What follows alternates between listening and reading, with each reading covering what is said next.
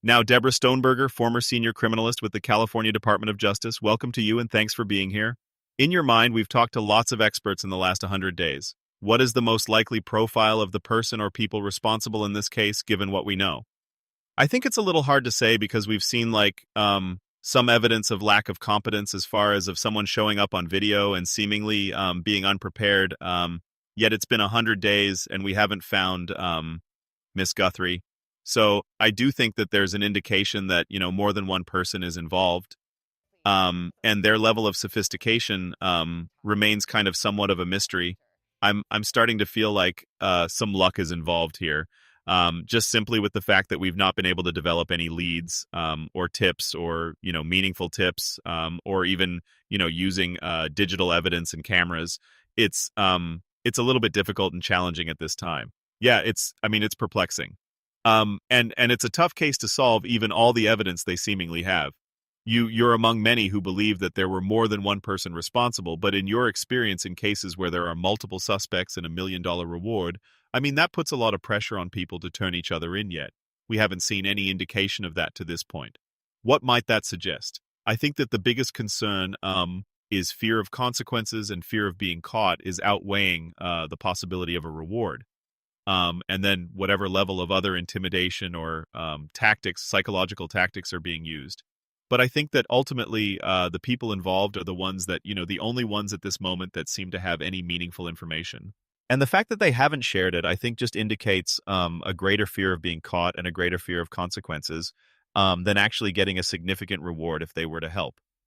It's not a cold case. 100 days in the scope of an investigation like this, although it feels agonist for the family and those close to it, it's not a lot of time. They are still pursuing leads yet. How significant is it that they're scaling back on staffing for this type of investigation? I think the scaling back on staffing as far as the sheriff's officers, that's completely acceptable and normal at this point in the investigation. I don't think there's a lot of active searching that needs to be going on. Obviously, they still need to be manning tips and trying to coordinate leads, but I do think what evidence that there is still in existence at the various laboratories, that's the part that can't stop. That's the part that can't slow down. Obviously, the DNA, that potential DNA and evidence that is there, was not easy to develop a profile from, whether it be mixed or whether it be a small a small sample or contamination or any of those issues. So it's challenging. It's slowing things down. It may take some extra time to develop possible genealogical leads, but that's the area now that simply cannot slow down, and I suspect is not slowing down. I think that all in all involved criminalists and labs in this are not going to stop. Yeah, and a genealogical match, that takes time. As much as you want to, speed that process along, that's an extensive process. Most would agree that the crime scene was opened up too soon. You can't go back and recover evidence after people have kind of trampled all over it.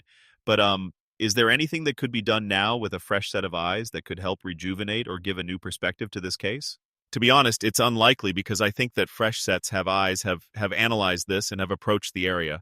It's very hard to think of additional information that can be gathered at this point from a crime scene that, yes, was probably mishandled in the beginning to some degree and then has since thoroughly been investigated and with a significant, perimeter around it. I think that those leads have been followed to the best of the ability, but it's hard to imagine any significant evidence being found at this point. Well, nearly 100 days into the search for Nancy Guthrie, and the Pima County Sheriff's Department doesn't have a single suspect.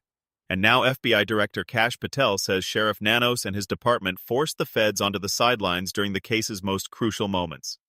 I knew from my sources they were trying to keep you guys out. They did. Here's other matters in an investigation. The first 48 hours of anyone's disappearance are the most critical. Joining us now, News Nation senior national correspondent Brian Anton. Brian, tell us more about what Director Patel said. Yeah, we knew a little bit of this, Katie, but I had no idea some of these details. When Patel spoke with Sean Hannity, he said that they were essentially kept out of the Nancy Guthrie investigation.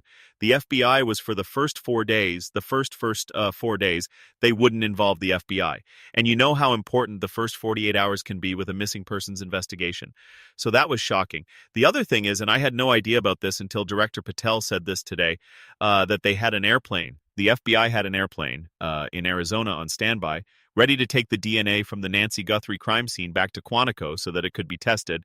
And we now know that this was a hair strand, a very important hair strand that was found inside the house. But the sheriff decided not to send that DNA to the FBI lab, instead to send it to their private lab in Florida. In fact, the FBI didn't even get that hair stranded until a couple of weeks ago. We knew there was frustration about that, but we had no idea. The FBI actually had a plane on the ground ready to go, and the sheriff just ignored them.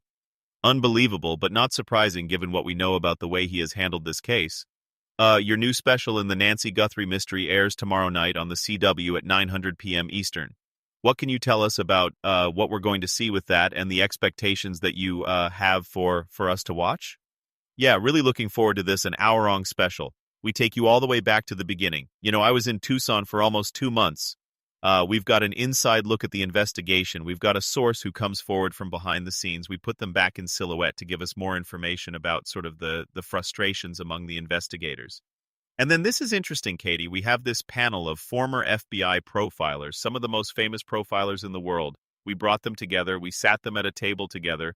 We showed them everything that we found, and we said, what do you think happened? What do you think the motive is? And that was fascinating. I mean, they don't even think it was a kidnapping or ransom, I'll tell you that. So it's interesting what they came up with. Okay, well, Brian Anton, you have been absolutely remarkable on the story. So thank you for joining us, and we will watch your special on the CW. Thank you so much. Thank you, Katie. Nancy Guthrie has been missing for nearly 100 days, and her family, of course, feeling her absence on this Mother's Day. Her daughter Savannah sharing this message about her mother today, saying, "We will never stop looking for you. We will never be at peace until we find you." News Nation national security contributor, former CIA officer and FBI special agent Tracy Walder tracking this case since the beginning. She's joining us live now to talk about any of these latest developments. Tracy, first of all, happy Mother's Day to you, and thank you so much for making the time tonight. Thank you so much for having me, Natasha. We do see a Pima County Sheriff Chris Nanos telling news outlets that the developments have been, quote, really great right now. Are we finally hearing about any progress in this investigation, in your opinion? In my opinion, no. And I know that will be frustrating to people because he said it sort of in passing. If you look at that statement, he really didn't elaborate on it. Now, is he referring to maybe the hair that was sent to Quantico that I think we talked about a few weeks ago? Or is he talking about maybe there's more digital evidence that has been able to be recovered? We know that they were still continuing to work on recovering that digital evidence. They just didn't feel that it was promising to do so. But he didn't elaborate. So it's hard to know if he really meant what he said.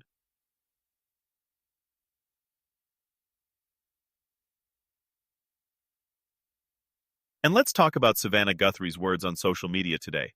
One can only imagine what this is like for her and her family. She says, "We need help." She says, "Somebody knows something that can make a difference here. It has been 98 days. It is staggering with the best minds on this case."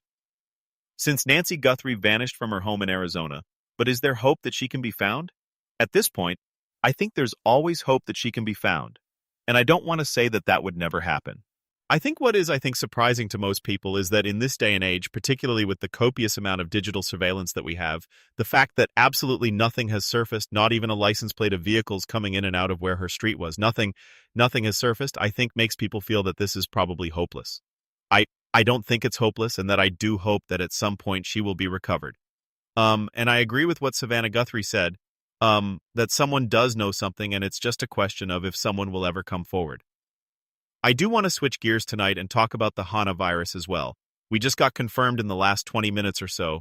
We know within the hour 17 Americans will be back stateside. They're on a plane right now. They get to choose whether to quarantine in Nebraska after being on that cruise ship or to go home and monitor. Does this make sense to you? So, that's a hard question to answer. I did biological weapons when I was at the CA, and I get that this is scary.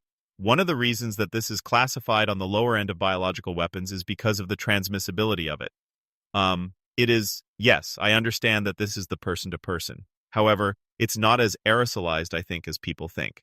Do I think, given what happened with CO and where the public psyche is in the world right now, that it's a good idea to sort of let them quarantine on their own? Perhaps not. But if you look at the level of where this virus is on the CDC's kind of bio-to-terrorism levels and threat index, it's not that high. Appreciate that context, and I'm so glad you mentioned this. I mean, coming out of the co-pandemic, there is this massive distrust of our agencies and of science, and people are not just scared because of the psychological trauma of what they've experienced, but the messaging as well. The back and forth, we saw the sanitize your groceries, the 6 feet apart, the do not mask, then mask learning later that the do not mask was to save gear for medical professionals. I mean, are we prepared for the next pandemic? What are your concerns about lessons that potentially we haven't learned yet from co? I don't think we're prepared at all, and I don't mean to scare people with that. I was talking with Admiral Gerard, who would be the deputy head of Health of Human Services, and he always said, the next great pandemic is just a plane ride away, and I fully believe that. I think the problem is, and I agree with you, half the battle is absolutely messaging, and that then erodes public trust, and then that actually exacerbates diseases to spread. If people don't trust what the government is saying, that will stop it.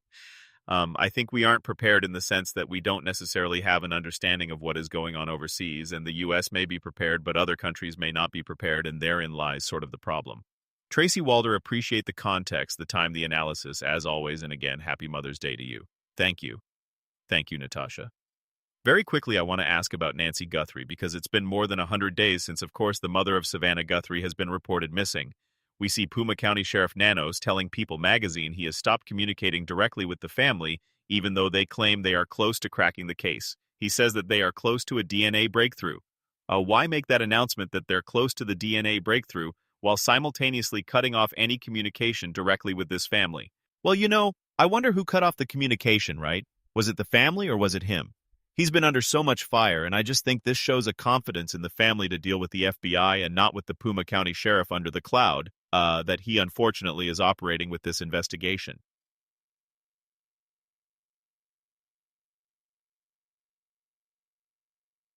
All right, Jennifer Koffendorfer, always appreciate the analysis and time. Thank you so much. Thank you for watching. Subscribe below and download our News Nation app right now on your phone, and you will get fact-based, unbiased news for all Americans. As the investigation pushes deeper past the 100-day mark, another uncomfortable reality has started emerging behind the scenes. Investigators may no longer be searching for a simple breakthrough. Instead, they could now be trying to rebuild an entire timeline from fragments that never properly connected in the beginning. Former detectives familiar with long-running missing person investigations say this is often the turning point where cases become psychological wars rather than traditional searches. Early on, investigators race against time looking for physical evidence, witnesses, surveillance footage, and immediate movement. But after months pass, the focus changes completely. The case becomes about pressure, patience, and behavioral analysis. At this stage, every person connected to Nancy Guthrie's life is likely being looked at differently than they were during the first weeks. Investigators may now be reviewing relationships, financial records, phone histories, deleted messages, travel patterns, and even seemingly unrelated conversations that once appeared harmless. Cases like this often evolve slowly, with information that originally seemed meaningless later becoming extremely important when viewed alongside new evidence. Experts following the case believe one of the biggest unanswered questions is whether Nancy was specifically targeted or whether events spiraled unexpectedly after an initial encounter. That distinction matters because it changes the entire investigative direction. If the disappearance was planned, investigators would expect preparation, surveillance avoidance, burner phones, careful transportation routes, and coordination between individuals. If the crime escalated spontaneously, investigators would instead look for panic behavior, rushed decisions, inconsistencies, and attempts to cover mistakes afterward. Some analysts now suspect the answer may lie somewhere in the middle. Several former profilers have suggested the perpetrators may not have started with a plan to create a national missing person mystery. Instead, something may have happened unexpectedly, forcing those involved into damage control mode. According to that theory, the reason the investigation appears confusing is because the offenders themselves may have been improvising from the very beginning. That possibility could explain the strange mix of behaviors investigators reportedly observed, moments suggesting carelessness combined with other actions indicating deliberate concealment.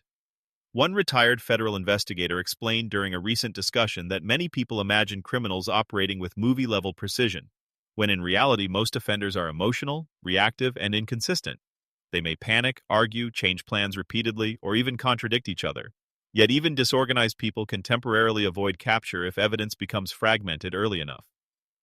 Another issue continuing to frustrate investigators is the silence surrounding the case. Normally, in investigations involving multiple individuals, cracks begin appearing over time. Relationships deteriorate, fear increases, someone becomes angry, paranoid, or desperate. But publicly, none of that has surfaced yet. That silence has caused some experts to wonder whether the people involved share an unusually strong bond, possibly familial, financial, or deeply personal. Others believe the silence could simply reflect fear that investigators already know far more than they are revealing publicly. Former FBI agents say one of the most powerful investigative tools in long-term cases is uncertainty. Investigators intentionally keep details hidden because suspects often become nervous when they do not know what evidence law enforcement possesses. A person who believes police are close to identifying them may start acting differently, making mistakes, contacting others, or attempting to destroy evidence. In fact, investigators sometimes spend months quietly monitoring those reactions. That possibility has led to speculation that authorities may already be watching specific individuals even without enough evidence to make arrests. While officials continue insisting there are no publicly named suspects, experts caution that this does not necessarily mean investigators lack private theories. Meanwhile, the role of forensic genealogy continues drawing enormous interest. In recent years, genealogical DNA analysis has solved cases once considered impossible. The arrest of suspects in decades-old cold cases demonstrated how powerful the technique can become when combined with modern databases and digital records. However, the process is far more complicated than television often portrays. When investigators recover an unknown DNA sample, they cannot simply type it into a computer and instantly receive a suspect's name. Instead, analysts may receive distant genetic matches, cousins, third cousins, or even more remote relatives. Investigators then spend weeks constructing family trees, eliminating branches, comparing ages, locations, and connections. In complex cases involving degraded or contaminated samples, the challenge becomes even greater. Sources close to the investigation reportedly believe the hair sample discussed publicly could become one of the most important pieces of evidence in the entire case. But forensic experts caution that even promising DNA evidence may not immediately identify a suspect. If the DNA belongs to someone not already in criminal databases and without close genealogical matches, the process can slow dramatically. At the same time, technological advances continue improving investigative possibilities. Digital forensic experts are reportedly still attempting to recover deleted data from devices connected to the investigation. Modern forensic software can sometimes retrieve fragments of deleted texts, location histories, app activity, and hidden metadata long after users believe information has disappeared. Investigators also continue reviewing surveillance footage from broader geographic areas surrounding the disappearance.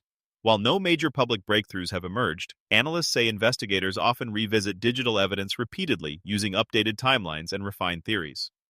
One particularly troubling aspect of the case is the reported absence of reliable vehicle identification. In many modern investigations, automated license plate reader systems become crucial evidence sources. These systems can track vehicle movement across cities and highways by capturing plates automatically. Yet according to commentary surrounding the investigation, authorities still have not publicly identified suspicious vehicle movements connected directly to Nancy's disappearance. Experts say that either suggests extremely careful planning or significant investigative gaps during the earliest collection period. The public criticism directed toward Sheriff Chris Nanos has also continued intensifying. Critics argue that inconsistent communication and disputes with federal authorities damaged public confidence from the beginning. Others defend the department, noting that highly publicized investigations often appear chaotic externally, even when substantial work is occurring privately. Still, the FBI controversy changed the narrative dramatically. The image of federal investigators allegedly waiting to assist while local authorities delayed cooperation became symbolic of a larger concern. Whether pride, jurisdictional control, or communication failures may have interfered with the search for Nancy Guthrie. Former law enforcement officials stress that interagency tensions are more common than the public realizes. Different departments often operate with separate priorities, procedures, and leadership structures. In high-profile cases, disagreements can emerge about evidence handling, media strategy, or investigative direction. However, when cases remain unsolved, those disagreements attract far more scrutiny. Some legal analysts believe future reviews of the investigation could focus heavily on decision-making during the first week. Questions may include how quickly evidence was processed, when federal assistance was requested, whether all surveillance opportunities were pursued aggressively enough, and how communication with the family was managed. The family itself remains trapped in an agonizing cycle of hope and disappointment. Friends close to Savannah Guthrie say the emotional strain has become overwhelming. Every report about new DNA developments raises hopes that answers are finally near. Every week without arrests deepens frustration. The psychological burden of uncertainty can become crushing over time, especially under constant national media attention. Experts on trauma say families in missing person cases often experience emotional exhaustion differently than families coping with confirmed deaths. Without closure, the brain continues searching for possibilities endlessly. Small developments become emotionally magnified because there is no final certainty. Savannah's public statements have reflected both determination and desperation. Her repeated insistence that someone knows something has resonated strongly because investigators and profilers overwhelmingly agree with that assessment. The challenge is getting that person to finally speak. Some behavioral experts believe public pressure campaigns can eventually break silence, especially when media attention remains intense over long periods. As coverage continues, people connected indirectly to the case may begin fearing exposure, suspicion, or emotional guilt. Over time, even individuals who initially remain silent sometimes decide they can no longer carry the psychological burden. Others, however, warn that silence can harden with time. Once individuals successfully avoid detection for months, they may grow more confident in their ability to escape consequences permanently. This psychological battle between pressure and confidence now appears central to the investigation. At the same time, internet speculation continues exploding across social media platforms, podcasts, forums, and true crime communities.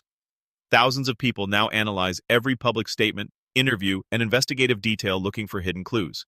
Amateur investigators create timelines, map routes, compare statements, and debate theories constantly. While some information shared online has proven useful in past cases, experts warn that uncontrolled speculation can also damage investigations severely. False accusations, misinformation, and conspiracy theories can overwhelm tip lines and distract investigators from credible leads. Authorities have reportedly continued receiving large volumes of tips, but many are believed to be low quality or repetitive. Still, investigators cannot afford to ignore even unlikely possibilities. History has shown that major breakthroughs sometimes emerge from tips initially dismissed as insignificant. Former profilers involved in the News Nation special reportedly found the behavioral side of the case especially unusual. Several were said to question whether the disappearance resembled a traditional abduction at all. That observation has fueled increasing discussion that the motive behind Nancy's disappearance could involve personal dynamics rather than straightforward criminal profit. If true, that possibility would dramatically reshape public understanding of the case. Personal motive crimes often involve emotional triggers, relationship histories, resentment, jealousy, obsession, or attempts to silence information. These cases can become extraordinarily complicated because the offenders frequently know the victim personally and understand their routines, vulnerabilities, and habits. Additionally, offenders acting from personal motives often behave unpredictably after the crime. Some insert themselves into investigations,